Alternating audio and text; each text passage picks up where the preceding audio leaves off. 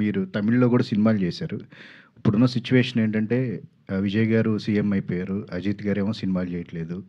ఒక crowd puller, ఒక భారీ కలెక్షన్స్ వచ్చే హీరో తమిళ్ ఫీల్డ్‌లో లేరు అనే ఒక టాక్ వినిపిస్తుంది. మీరేమంటారండి? అలాంటి లోటు ఏమన్నా ఉందా? మిగతా హీరోలు క్రౌడ్ పుల్ చేయగలరా? అంతే ఏం లేదండి. మొన్న 'కరుపు' ఎంత పెద్ద హిట్ అయింది. సూర్య గారి సినిమా. సినిమా బావుంటే జనాలు వస్తారండి. అదొక్కటే నమ్ముకోండి. ఇప్పుడు మొన్న 'అబ్సెషన్' అని ఒక సినిమా వచ్చింది. మనకు తెలుసా అసలు వాళ్ళెవరో తెలుసా మనకి? 6 కోట్ల రూపాయలతో సినిమా తీసి అంటే it was made with 1 million and he collected some 1000 100 million or 1000 million. I'm not very sure with 1000 కోట్ల దాకా కలెక్ట్ చేశారని చెప్పారు. 1000+. మనకి వాళ్ళెవరో కూడా తెలీదు. కానీ ఆ డైరెక్టరు అది హారర్ సినిమా కూడా కాదు. It's small film. యాక్టర్స్ మనకి ఎవరో కూడా తెలీదు. సో మనని కూర్చోబెట్టారు కదా, కూర్చోబెట్టి ఆ అమ్మాయి నో నో నో అంటుంటే అమ్మో నువ్వు నో నో నో వద్దురా బాబు అన్నట్టు the so many reels. That's cinema అండి.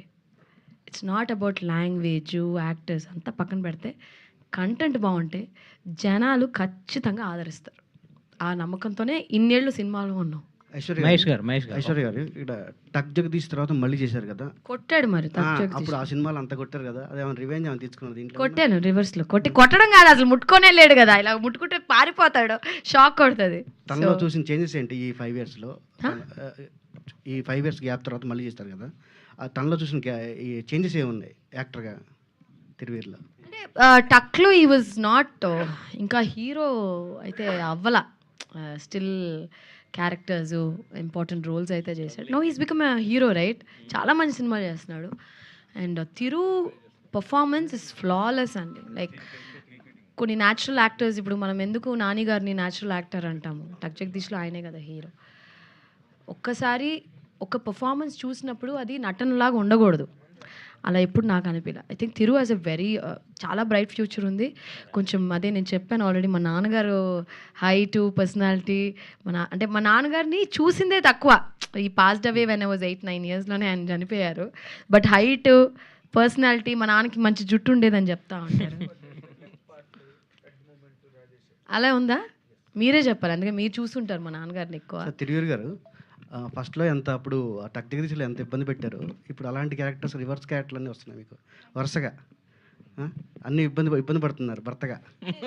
అప్పుడు ఎంత టార్చర్ పెట్టారు దానికి, అది మీరు ఎంచుకుంటున్నారా లేదంటే వరుసగా అలాంటివి వస్తున్నాయా? ఏం సార్ అంటే మేబీ అది చూసేవాళ్ళు కథలు రాసేటప్పుడు వాళ్ళకి ఈజీ అవుతుందేమో. కానీ నేను లైక్ టక్ జగదీష్ నుంచి ఇప్పటి వరకు అప్పుడు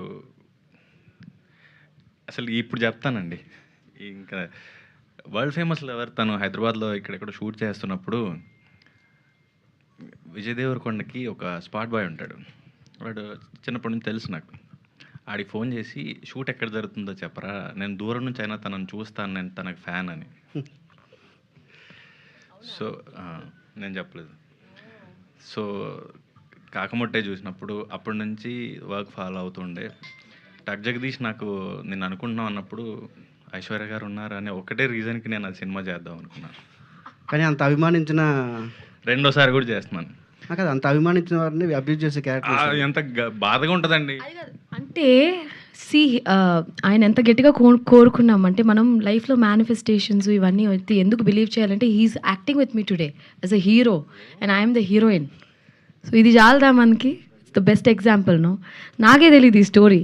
వరల్డ్ ఫేమస్ లవర్ మేము మోస్ట్లీ అల్యూమినియం ఫ్యాక్టరీలో చేసాం. వచ్చారా మరి? ఎందుకు రాలా? ధైర్యం సరిపోలా.